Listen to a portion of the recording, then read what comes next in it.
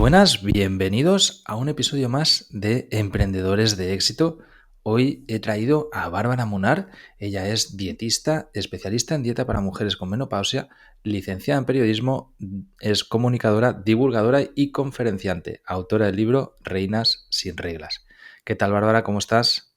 Hola, muy buenas, ¿qué tal? ¿Cómo estáis? Yo muy bien, gracias. ¿Y tú? Muy bien, encantado de tenerte aquí. Para todos aquellos que no te conozcan, si quieres empezamos con una serie de preguntas sencillas Vale, sobre ti para situarnos. de acuerdo. Edad. 40. ¿Dónde vives actualmente? Vivo en Gerona, en un pueblecito. ¿Desde hace cuánto? Desde hace casi 12 años ya. ¿Cuánto hace que emprendes? Pues básicamente, mira, es casi paralelo. Empecé hace 14 años a emprender. ¿Qué te lleva a emprender, Bárbara? Me lleva a emprender que yo soy periodista de base y el mundo del periodismo estaba bastante difícil para tener una cierta estabilidad laboral. Era una continua lucha y además los medios de comunicación cada vez se basaban más en notas de prensa que en salir a buscar tú la propia noticia. Y eso me desencantó de lo que yo había para lo que yo había estudiado. Entonces, las dificultades de tener un trabajo estable junto con el hecho de que cada vez el trabajo, en mi caso personal, el trabajo como periodista era más una divulgadora de notas de prensa, hizo que empezase a cambiar mi forma de trabajo. Y entonces fue cuando emprendí y abrí una pequeña agencia de comunicación. ¿Sabías a lo que te querías dedicar? ¿Tenías identificada tu pasión? Sí. Yo cuando tenía 15, 16 años tenía muy claro que mi pasión era comunicar, era dar noticias y escribir. Entonces a mí lo que más me gustaba era escribir.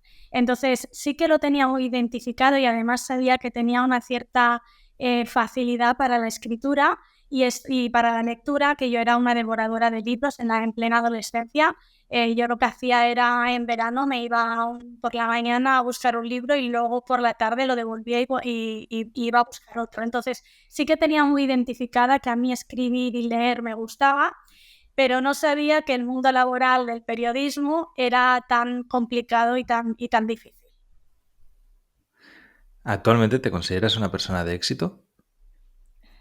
No, me considero una mujer muy, muy, muy trabajadora, que casi hay semanas en las que lo único que hago es trabajar. Sí que es verdad que tengo una cierta acogida en redes sociales, que es donde más me muevo, pero de ahí al éxito como se entiende o actualmente, de que eres una persona con millones de seguidores, que vives en una isla paradisíaca trabajando poco. Si es esto lo que se considera éxito, no. A nivel personal me considero una persona muy afortunada y con mucho éxito porque estoy trabajando de aquello que me apasiona y consigo pagar todas mis facturas y tener una cierta comodidad. Para mí eso actualmente es éxito, yo no necesito nada más, pero tal y como se entiende actualmente, no soy una persona de éxito. ¿Cómo es tu día a día como emprendedora? Pues de muchas horas de trabajo, generalmente me levanto a las 7 de la mañana y a las 7 de la mañana estoy con el desayuno y haciendo un check de mi correo electrónico, de cómo están las redes sociales, de qué dudas hay. Ahí, cuando acabo de desayunar, cada día entreno. La actividad física creo que es mi vía de escape para poder gestionar tantas horas de trabajo.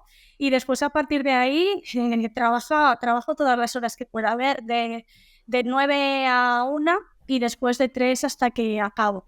Luego ceno y después de cenar continúo con mis redes sociales mirando a ver qué sucede. Entonces, son horarios bastante intempestivos, porque incluso a fin de semana también tienes que estar creando contenido, revisando redes sociales e ir pensando en todo lo que vas a ofrecer a tu comunidad. Son muchas horas. ¿Cuál es la parte del emprendimiento que menos te gusta? La que menos me gusta, Yo creo que es que actualmente trabajo muchas horas, como te estaba diciendo, pero realmente es una aventura y todo lo que está relacionado con este emprendimiento que es el mío, eh, creo que todo me apasiona. Lo que menos me gusta realmente son la cantidad de horas que tienes que estar trabajando para poder atender a una comunidad tan grande. ¿Delegas una parte de trabajo? He empezado a delegar, pero me cuesta mucho. Me cuesta mucho porque soy muy perfeccionista, me gusta dar respuesta con mis propias palabras a mis seguidoras, en los correos electrónicos, que al final esta es una parte del trabajo que podría delegar, evidentemente en pensar los vídeos, en editarlos. Creo que soy yo la que lo tiene que hacer, porque tiene mi esencia, cada uno de los vídeos que voy subiendo. Entonces, me cuesta mucho delegar, he empezado a hacerlo y tendría que hacerlo más. Este es un trabajo a futuros muy cercanos que tendría que empezar a hacer, porque una parte del crecimiento también está en poder delegar. Y esto realmente es verdad que me cuesta un poquito. Para alguien que va a arrancar, que va a empezar el mismo camino que tú ya has andado, ¿en qué crees que tendría que poner el foco de un inicio? ¿En qué le dirías tú, este es el mejor consejo que te puedo dar?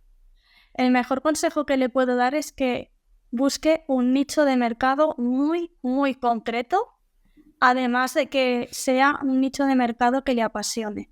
Tienes que estar muy informado y muy al día de aquel nicho de mercado, y si paralelamente estás yendo a un grupo muy amplio porque crees que vas a llegar a más gente, te quedarás corto. Actualmente creo que en la especialización y en decidir un nicho de mercado muy concreto está parte del éxito en el crecimiento en redes sociales. ¿Tienes claramente identificado algún momento en tu vida que supuso un gran aprendizaje o que te generase un cambio importante? Ha habido muchos momentos, pero quizás uno fue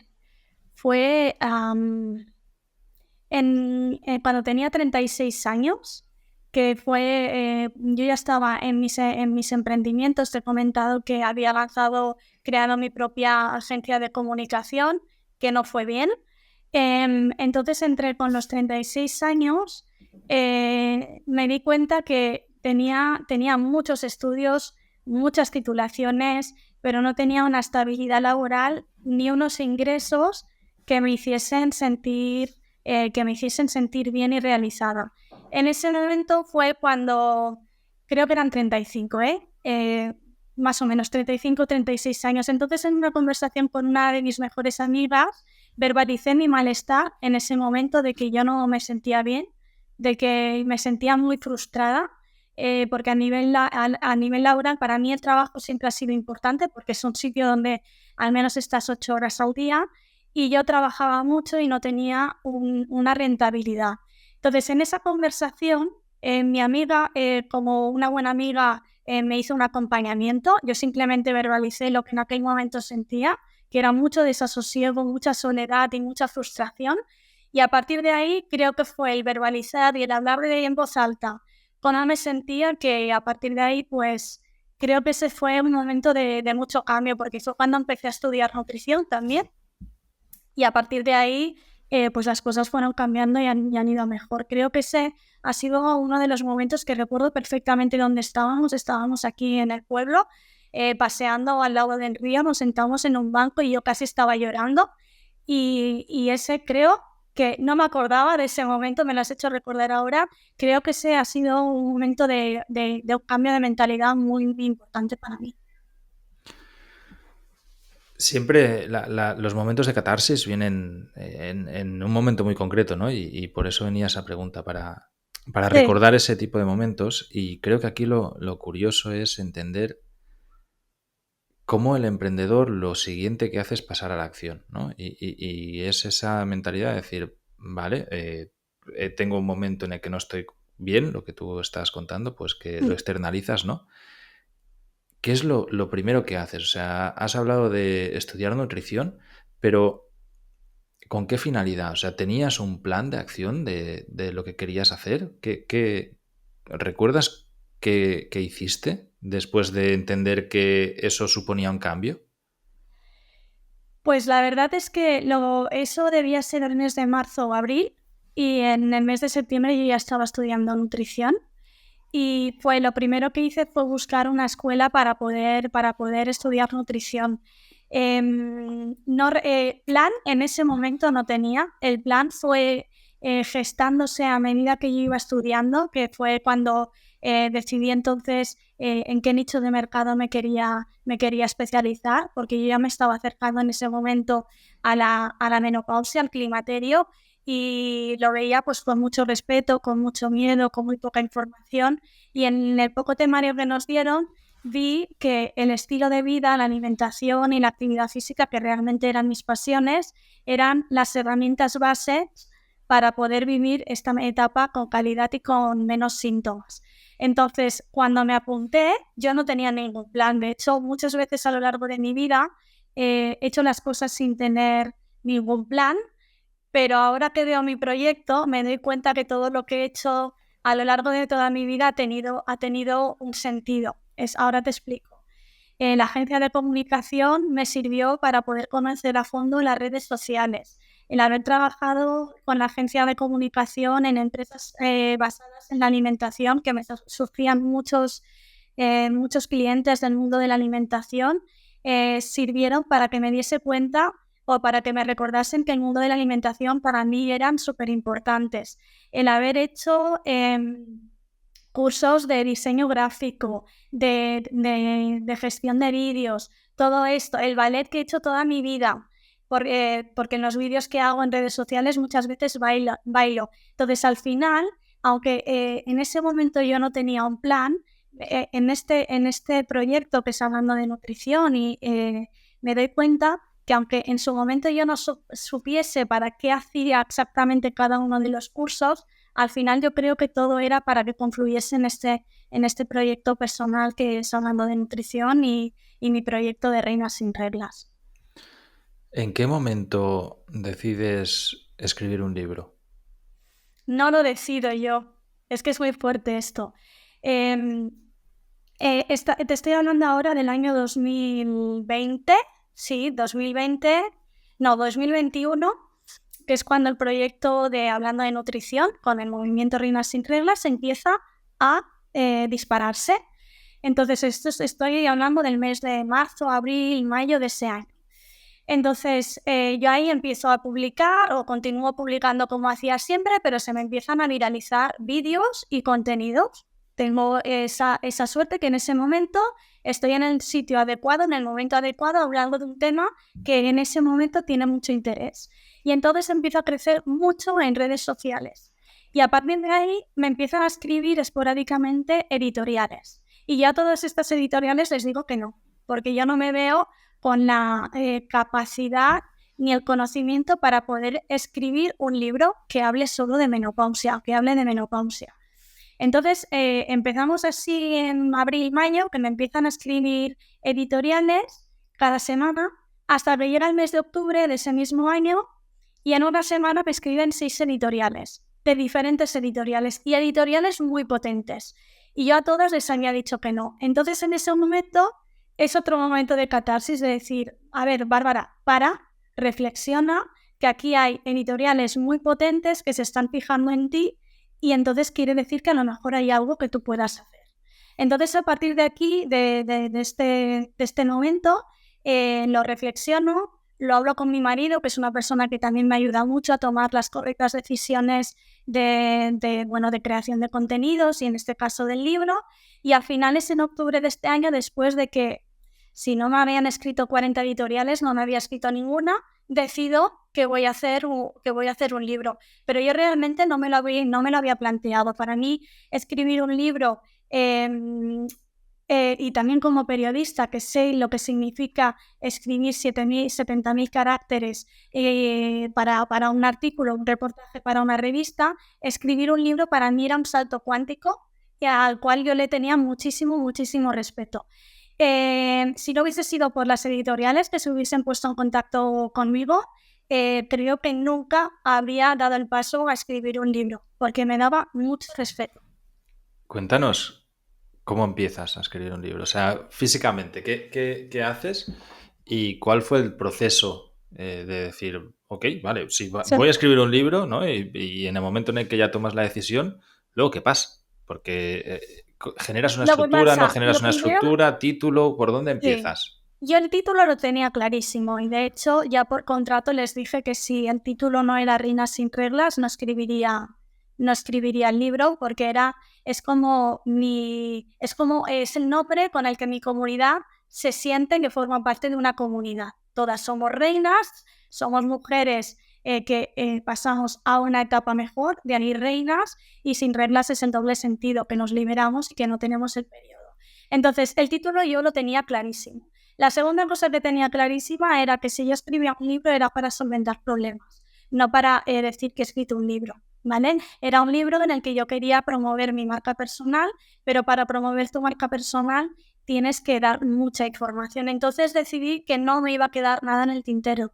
Es decir, iba a ser un libro generoso, en el que iba a resolver problemas de forma práctica, con un lenguaje muy cercano, sencillo, que resolviese los puntos de dolor de mi propia comunidad.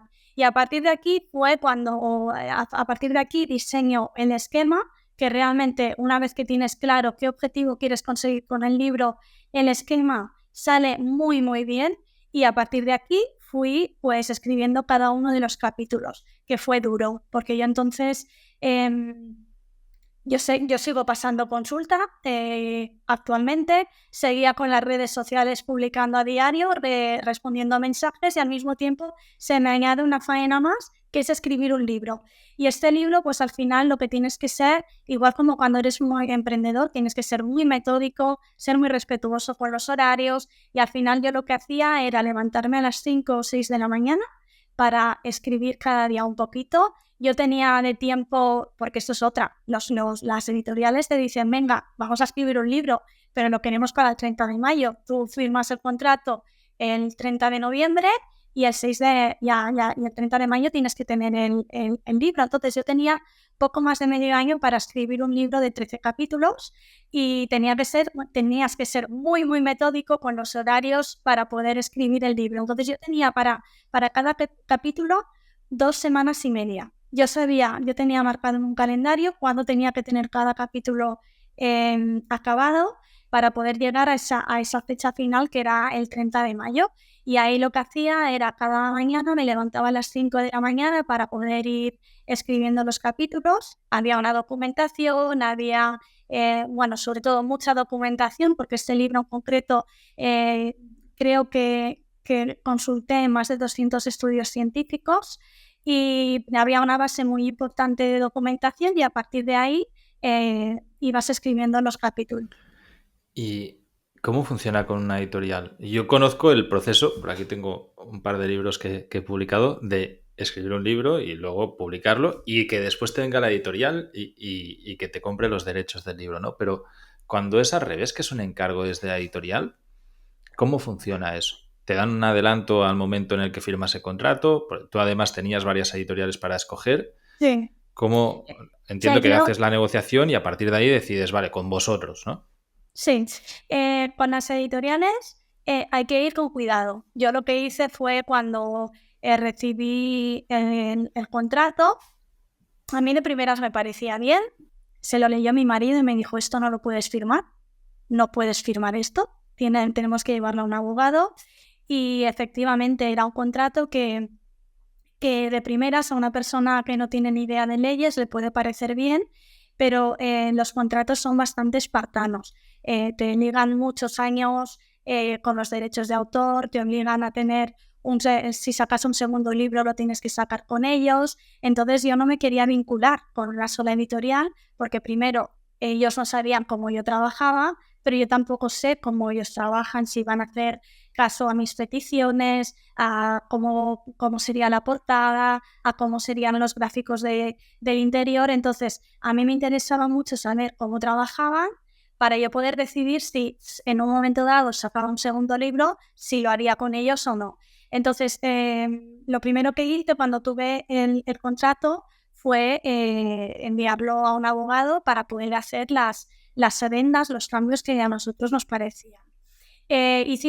Aceptaron prácticamente todos los cambios y respondiendo a tu pregunta, en mi caso sí que me hicieron un adelanto. Hacen un adelanto cuando tú firmas el contrato y después cuando te entregas el libro te dan otro adelanto. Todos esos adelantos van en base a las ventas. Si tú con las ventas que haces no cubres este adelanto, no pasa nada, no vas a tener que devolver el dinero. Pero van a cuenta de las ventas. Luego, una vez que tú has cubierto este ingreso que te han dado, después tú seguirás facturando a partir de ese adelanto que te han dado. ¿Qué te ha aportado escribir un libro, bueno, publicarlo? Ha sido para mí un reto personal y profesional profundo, porque fueron 7 meses en los que yo prácticamente no vi a mi familia. En casa somos 3, mi marido, mi perrita y yo, y prácticamente no estuve durante 7 meses haciendo vida con ellos. A nivel personal fue un gran reto y a nivel profesional fue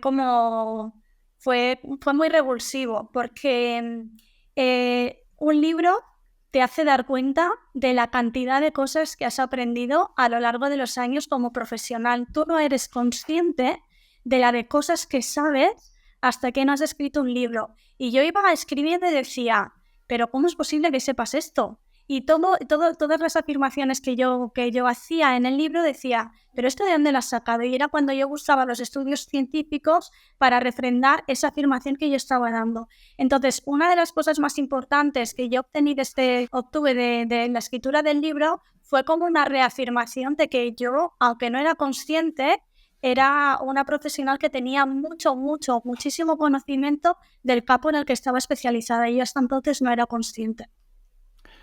Bárbara, antes nos hablabas también que, sobre todo jovencita, pues que eras ávida lectora. Me Sí. gustaría que nos hicieras una recomendación de 2, 3 libros que también hayan supuesto un momento de eureka, ¿no? Un momento de cambio, que hayas aprendido algún concepto importante con ellos para ti y que recomendarías a la audiencia. Disculpa la interrupción. Si te gusta este tipo de contenido y espero que estés aprendiendo un montón, que sepas que hemos entrevistado a 52 emprendedores de éxito. Este año he sacado un montón de aprendizajes y todo ello lo he transcrito y resumido y analizado en el libro Emprendedores de éxito. Tienes el enlace en las notas del programa. Pues uno de ellos, yo soy muy mala para los títulos, pero uno de ellos fue uno de meditación que escribió Josep María Clupés, y su título es Meditación y algo más, que este fue un libro que me ayudó muchísimo a entrar en contacto conmigo misma, a frenar y aprender a meditar. Ya te he dicho que una de las herramientas que yo utilizaba en mi día a día era la actividad física, que me ayuda a gestionar mucho el estrés. La segunda herramienta es la meditación. Este libro me ayudó muchísimo a poder poner en orden todas mis ideas, poder tomarme más con calma el emprendimiento y ayudar a gestionar el estrés que supone el emprendimiento, el trabajar tantas horas día a día. Después, me cuesta mucho decirte libros, vaya pregunta, muy difícil. Después hay otro que a nivel de conocimiento, que me ayudó muchísimo también a ordenarme y a poder reafirmar todo lo que yo estaba haciendo. Es un libro de la doctora Radharani Jiménez que se llama La menopausia, tu buena oportunidad. Este libro también me ayudó muchísimo para poder seguir aprendiendo dentro de mi campo. Y me has dicho 3, ¿no? Pues ahora te voy a hablar, pues... ahora te voy a hablar de uno que hace muchos más años, que es uno que escribió Haruka Murakami o algo así, que se llama ¿De qué hablo cuando hablo de correr? Que este libro también para mí fue un revulsivo, porque fue cuando yo empezaba a correr, y empecé a correr cuando tenía 18 años, hace 23 años, y yo soy una persona que soy muy competitiva conmigo misma, y yo en cada carrera intentaba pues superar mi tiempo, quería hacer más kilómetros, y este libro de qué hablo cuando hablo de correr fue el revulsivo para yo empezar a correr maratones. Y aquí, con este libro y el correr y el hacer maratones, también ha sido una cosa que ha marcado mucho mi carácter, porque también me hizo dar cuenta que era una persona muy luchadora, o que cuando tengo un objetivo me lo marco, llego a él, pase lo que pase. Y este también fue otro libro que también fue un revulsivo. Me gustaría también que hablásemos de la agencia de comunicación.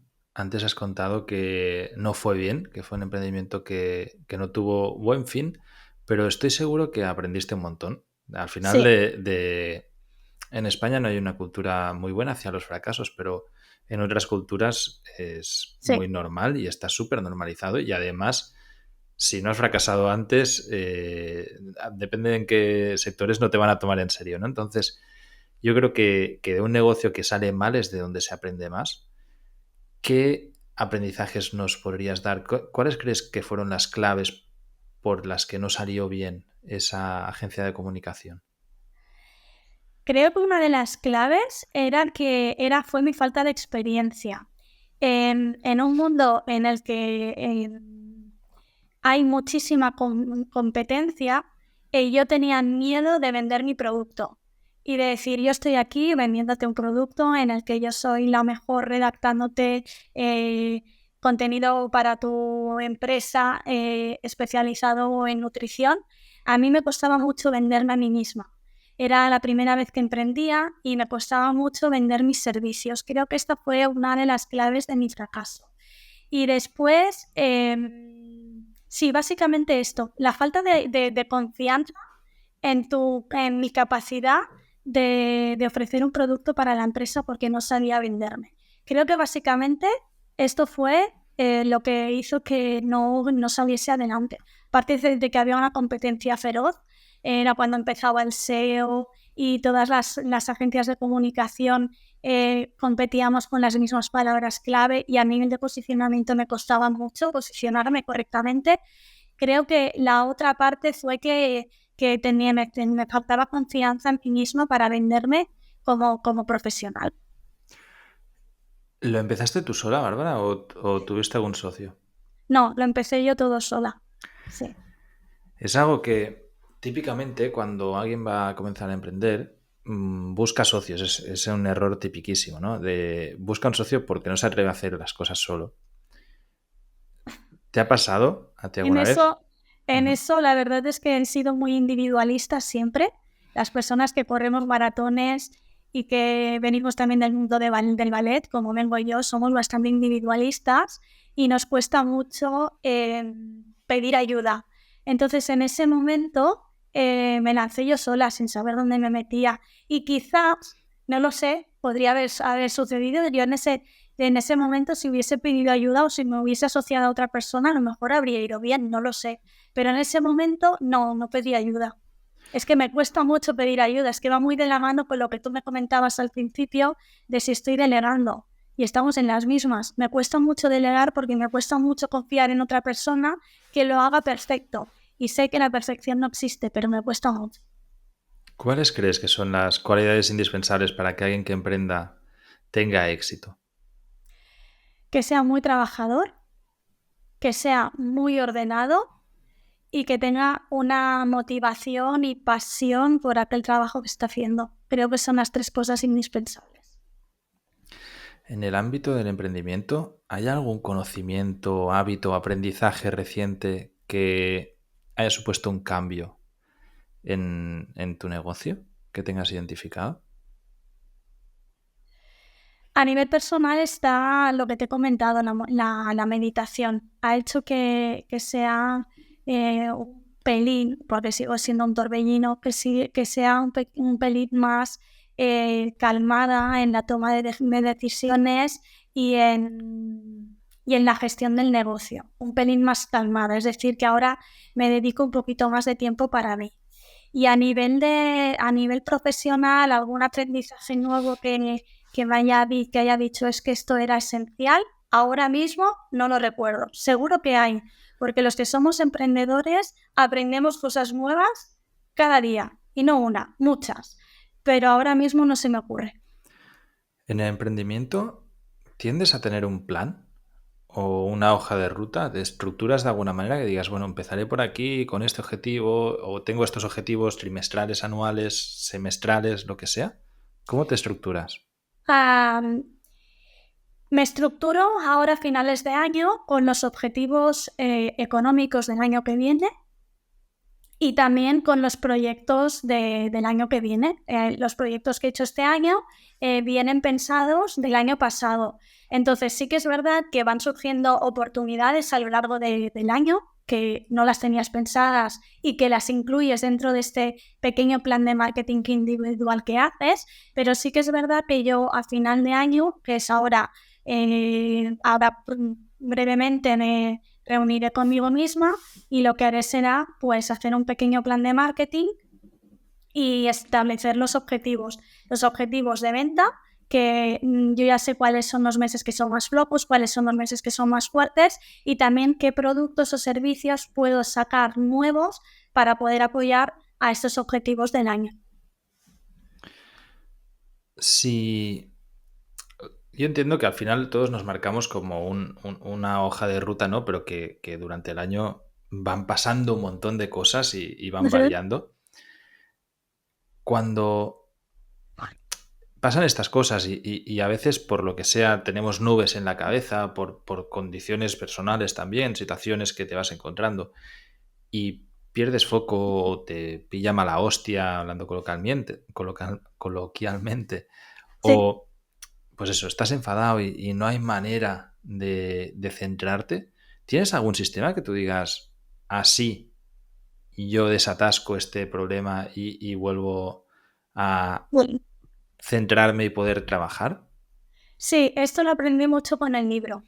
En el libro, cada capítulo tenía una estructura de empiezo bien, seguido de una gran crisis, es decir, no sé qué estoy haciendo con este libro o con este capítulo, no seré capaz de acabarlo, y después de repente se encendía una lucecita y decías, vale, ya lo tengo claro, ya sé cómo voy a acabar de estructurar y cómo voy a cerrar bien este capítulo para que tenga un sentido.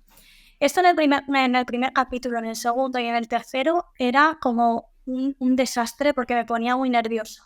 Pero luego al final, cuando ya me llegaba la crisis, yo decía, keep calm, que esto en 24 horas se solventa, se te va a encender la lucecita y vas a saber cómo acabarlo. Entonces, en este momento yo lo que hacía era dejar de escribir el capítulo, me daba unas horas, respiraba y al día siguiente volvía a retomarlo donde estaba y aquello que me generaba un problema después se había solventado. Con el trabajo hago igual.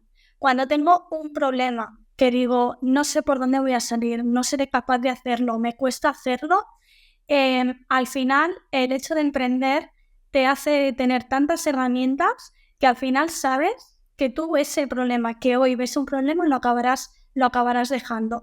Entonces lo acabarás solucionando. Entonces yo lo que hago es, tengo un problema, no le voy a dar más bola de la que le estoy dando en este momento, lo dejo reposar y lo voy a volver a retomar. Lo puedo retomar al día siguiente, lo puedo retomar al cabo de una semana. Pero cuando lo dejas un tiempo que se enfríe, siempre, aunque no te des cuenta, tu mente sigue trabajando y encuentras la solución. Siempre, absolutamente siempre.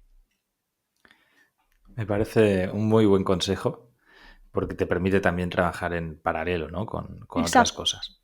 exacto. Me gustaría preguntarte en lo personal, Bárbara, para alguien que tiene tanto foco, tanta visibilidad, sobre todo en redes sociales, al final tú tienes miles de seguidoras y estoy seguro que te pasa, que por la calle alguna vez te habrán reconocido y que te encuentras a personas y te dicen, te sigo y muchas gracias por lo que haces, etcétera, etcétera, ¿no?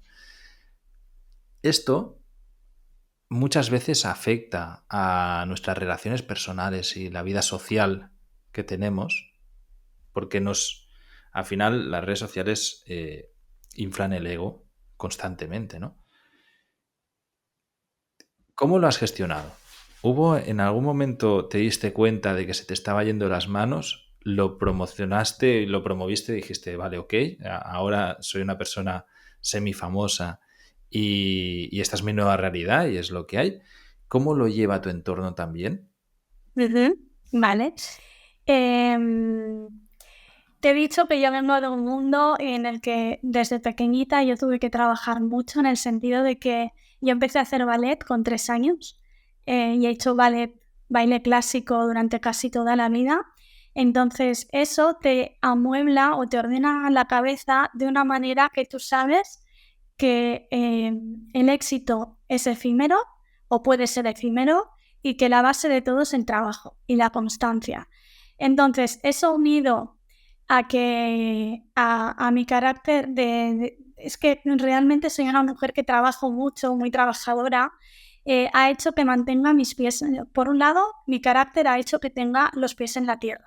Luego tengo un marido que también es como un punto a tierra y hace que me mantenga donde tengo que estar.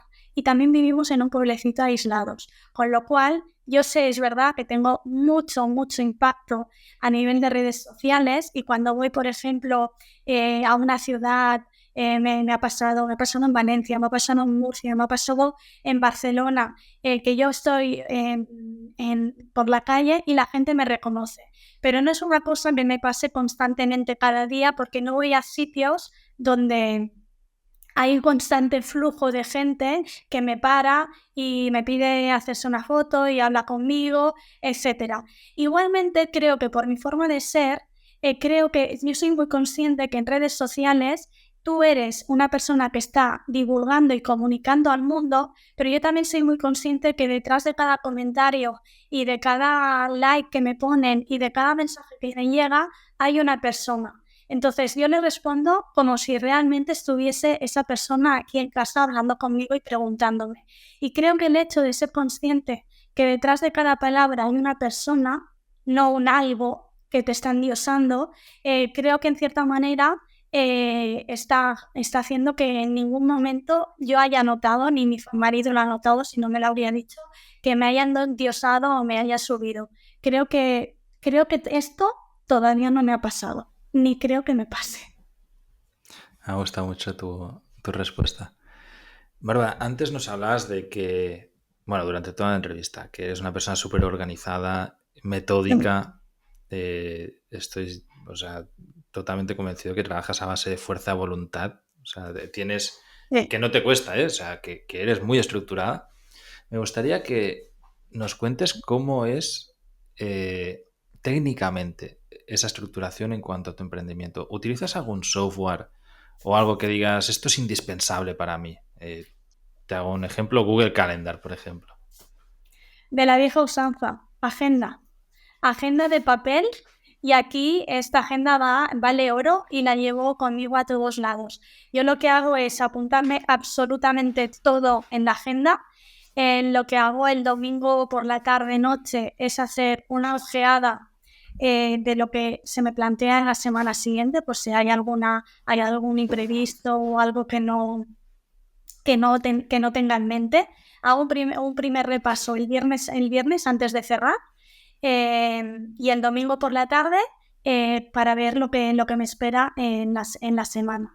Utilizo agenda, papel, lápiz, porque tachones y borrones hay continuamente, y las cosas más importantes subrayadas con fluorescente. Pero nada más, agenda y apuntarlo todo, porque sé que mi memoria va a fallar y necesito una agenda. El Google Calendar, te vas a reír, pero yo todavía no sé cómo funciona. Me cuesta muchísimo. Mis sobrinas, mi cuñada utilizan el Google Calendar todo de colores y la verdad es que a mí no me ha llamado la atención. Yo soy de la vieja usanza, aunque trabaje online y en redes sociales, que es lo último. Mi agenda de papel que no me la quite nadie.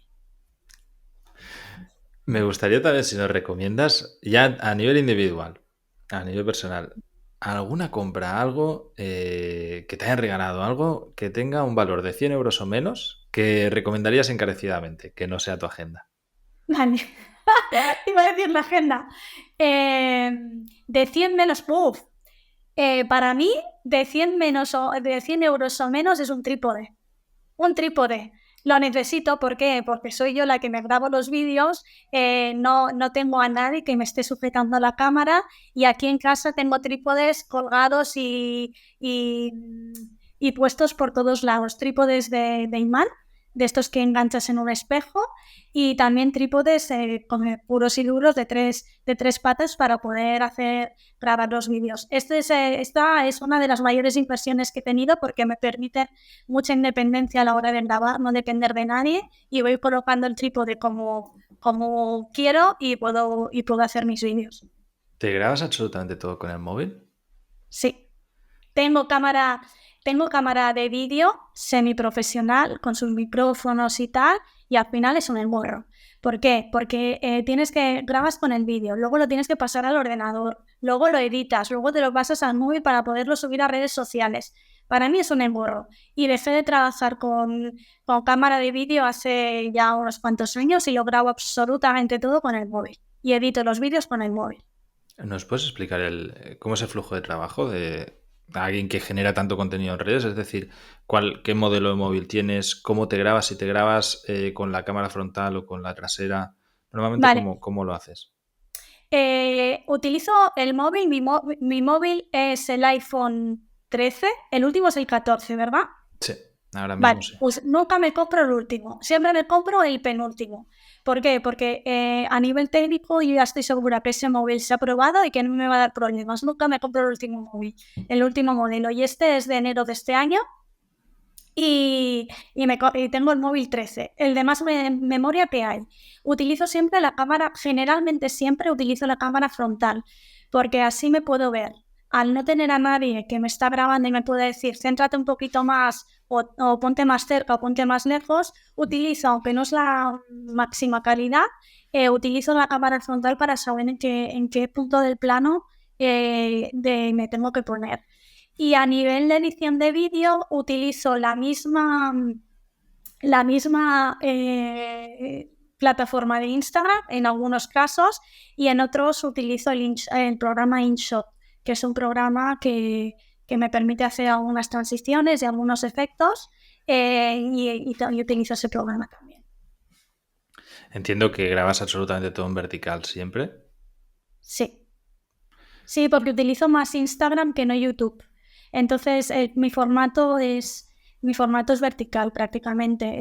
Mi mayor presencia está en Instagram y un poquito también, que no está mal, en TikTok, y esos formatos son vídeos cortos en formato vertical. Entonces prácticamente todo lo que grabo es en vertical. ¿Cómo es el core de tu negocio? Es decir, esto, tanto Instagram como TikTok, es visibilidad. Sí. Pero la visibilidad no siempre viene de la mano de la facturación. ¿Cómo haces para convertir esta visibilidad en clientas? Vale. Esta visibilidad es sinónimo también de confianza, ¿vale? Uh-huh. Para mí, yo tengo un pacto con mi comunidad, que es ante todo la sinceridad y la cercanía, ¿vale?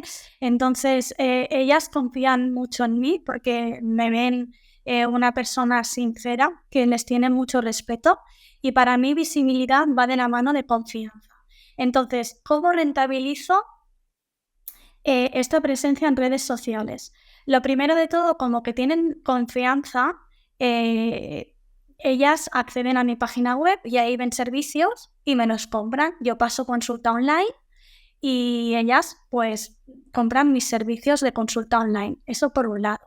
Después también tengo una aplicación, que es la primera aplicación de alimentación y actividad física enfocada a la mujer en la menopausia. Es la primera aplicación que se hizo. Esa aplicación la lancé yo. Y entonces lo que hacen es también acceden a ella comprando el servicio, y ahí lo que tienen es cada mes un plan de nutrición con actividad física y artículos extras donde resuelvo dudas en relación a la menopausia. Todo en relación muy enfocado a la menopausia. Después ahí también hay un ebook de recetas. Para las que no quieren hacer tanta actividad física, pues también hay un ebook de recetas. Y todo esto, cuando tú entras dentro de mi Instagram y vas viendo mis vídeos, entiendo que lo que sucede por su cabeza, nunca les he preguntado, es voy a ver qué hace esta mujer. Y entonces entran y a partir de ahí, como que ya tienen una confianza generada a través de las redes sociales, muy a menudo compran casi sin preguntar, porque ya confían en el servicio que les voy a dar. Paralelamente a eso, esto estoy hablando de los servicios online, paralelamente a esto, También hago conferencias en empresas, conferencias en ayuntamientos, para la población general. También farmacéuticas también me han contratado para hacer charlas sobre alimentación en la menopausia. Entonces también tengo un servicio paralelo que son charlas en empresas para poder ayudar a mejorar la alimentación en esta etapa. Y después, creo que ya por último, creo que ya es lo único que me queda por decirte, es que rentabilizo en cierta manera la visibilidad en redes sociales con anuncio de productos. Pero este anuncio de productos es muy, muy exclusivo. Digo a muchas empresas que no. ¿Por qué? Porque ese producto no me gusta, ese producto no veo que encaje con mi comunidad. Y además hay empresas que tienen mucha prisa porque haga esa publicidad y al final no llegamos a un acuerdo. Y te explico por qué. A mí me escribe hoy una empresa que dice: Bárbara, tenemos este producto que creemos que encaja en tu perfil. Yo me miro ese producto. Si ese producto realmente encaja en mi perfil, entonces les digo que me envíen el producto y yo lo pruebo durante un mes. Y hasta que no haya pasado ese mes y lo haya probado, yo no voy a hacer ese vídeo, porque yo tengo que haber probado ese producto. Y hay veces que las empresas te escriben hoy y quieren el vídeo para la semana que viene. Entonces, aquí es lo que te estaba comentando al principio. Aquí hay un pacto de confianza y respeto hacia mi comunidad, que si yo ese producto no lo he probado y no me convence, yo no voy a hacer el anuncio. Yo soy consciente de que no me voy a hacer rica trabajando. Yo voy a vivir feliz, correctamente, sin deudas, a base de mi trabajo. Pero mi objetivo no es hacerme millonaria, ni hacerme rica, ni dejar de trabajar, porque las redes sociales me conviertan en una mujer millonaria y me permitan retirarme. Por tanto, como que mi objetivo de vida no es retirarme con 45 años ni con 50, lo que hago es publicitar aquello que a mí me parece que es correcto y que va a entrar bien a mi comunidad, porque a mí me ha parecido que ese producto valía. Luego, evidentemente, hay tantas personas como gustos. Entonces, a lo mejor hay un producto que yo te estoy hablando de él y no te gusta. Esto ya es otra cosa de percepciones. Pero que ese producto del cual yo te estoy hablando lo he probado durante al menos un mes, también es cierto. Y esa es la otra vía de emprendimiento que también tengo dentro de mis redes sociales. Muy honesto el pedirles probar el producto durante un mes. Que evidentemente, claro, con las campañas de publicidad es súper difícil de congeniar, porque lo que Sí, decías, o sea, pero normalmente lo quieren para la campaña de ya y eso, pues no Pero hay más. yo a lo mejor solo ha habido una campaña, sí, y pasó ahora recientemente, que querían que hiciese una publicidad para ellos y les dije: es que no puedo, porque además también dejo un espacio entre campaña y campaña. ¿Por qué? Porque no quiero que mis redes sociales sean una teletienda. Yo me he ganado la confianza en base a crear contenido de calidad desde un punto de vista del humor, que esto también es una marca personal mía. Y a partir de aquí yo puedo ir introduciendo píldoras de productos de publicidad.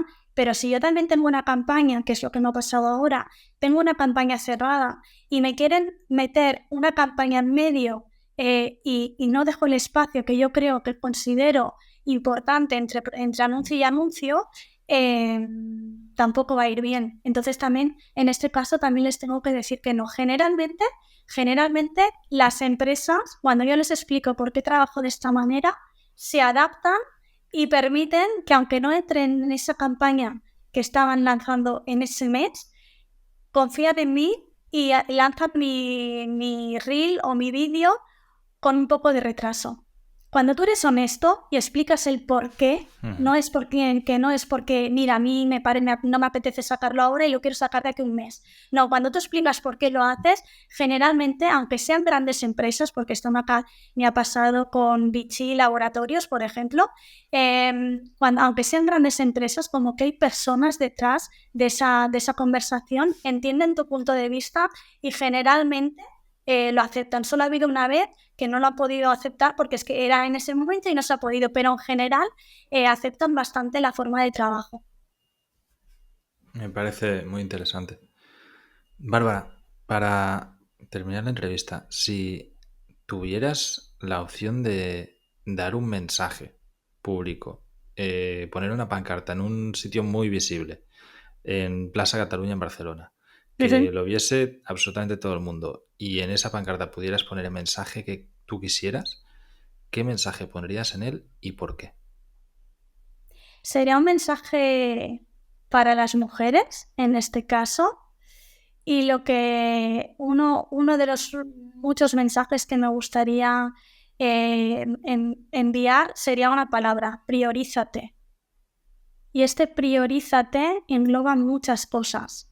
Engloba que nosotras, las mujeres de más de 40, 50 años, que son mi público objetivo, generalmente tenemos una familia, tenemos hijos, tenemos padres, tenemos hermanos, y nuestra tendencia innata es ayudar y resolver los problemas de toda la familia, y nos ponemos en último lugar a nosotras. Nos olvidamos de nosotras. Tenemos tan integrado que tenemos que ayudar a nuestra familia para poder cuidarles, que nos olvidamos de cuidarnos a nosotras mismas, y al final acabamos petando.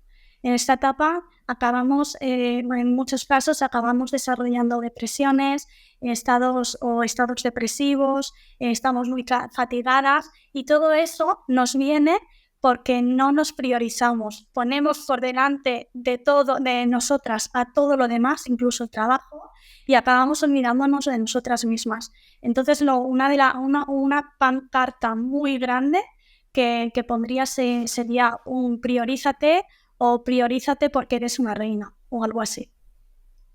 Yo creo que no hay mejor manera de despedir este programa. Sí. Bárbara, mil gracias. Espero que toda la audiencia haya tomado muchas notas porque has dado un montón de tips. De verdad que te agradezco que hayas contado tu negocio desde dentro así abiertamente y espero que nos volvamos a ver pronto por aquí con nuevos éxitos.